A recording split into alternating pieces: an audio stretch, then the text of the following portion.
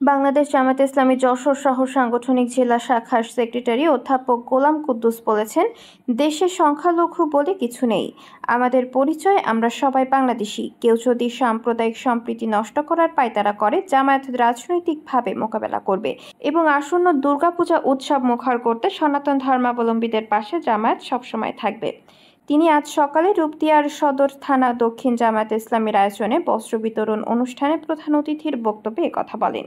তিনি আরও বলেন, আসন্ন দুর্গাপূজা উৎসব মুখর নির্বিঘ্নে করতে প্রশাসনকে সব ধরনের সহযোগিতা করা হবে। তিনি বলেন, জামায়াত দেশ পরিচালনার সুযোগ পেলে সকল ধর্মের মানুষ নিরাপদ থাকবে।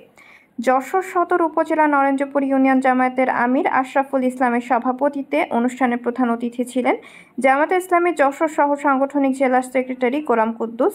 বিশেষ অতিথি ছিলেন সদর দক্ষিণ থানা জামায়াতে ইসলামীর আমির অধ্যাপক আশরাফ আলী, জামায়াত নেতা সাইদুর রহমান, শফিউল্লাহ, থানা জামায়াত নেতা আমিনুর রহমান, জামায়াত নেতা ময়েজউদ্দিন সহ নেতৃবৃন্দ। আলোচনা সভা শেষে অসচ্ছল সনাতন ধর্মাবলম্বীদের বস্ত্র তুলে দেন আমন্ত্রিত অতিথিরা। ডিসি মহোদয়ের ওখানে আমাদের মিটিং ছিল, সেখানে আপনাদের এই পূজা উদযাপন কিভাবে স্বাচ্ছন্দ্যের সাথে সুষ্ঠুভাবে শান্তিপূর্ণভাবে আপনারা আপনাদের ধর্মীয় অনুষ্ঠান পালন করতে পারেন সে ব্যাপারে ডিসি মহোদয় সহ আপনাদের পূজা উদযাপনের সকল নেতৃবৃন্দ সেখানে ছিল।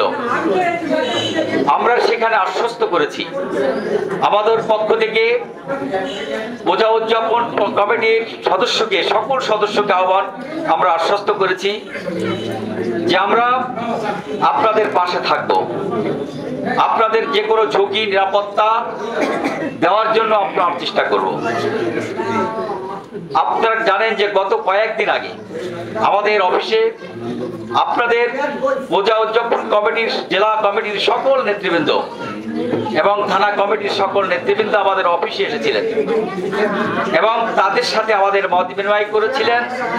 তারা আশ্বস্ত করেছেন যে জামাত ইসলামের কর্মকাণ্ডের সাথে তারা ঐক্যমত পোষণ করেন এবং তারা যে কোনো কর্মকাণ্ডের ব্যাপারে আমাদেরকে সহযোগিতা করবেন।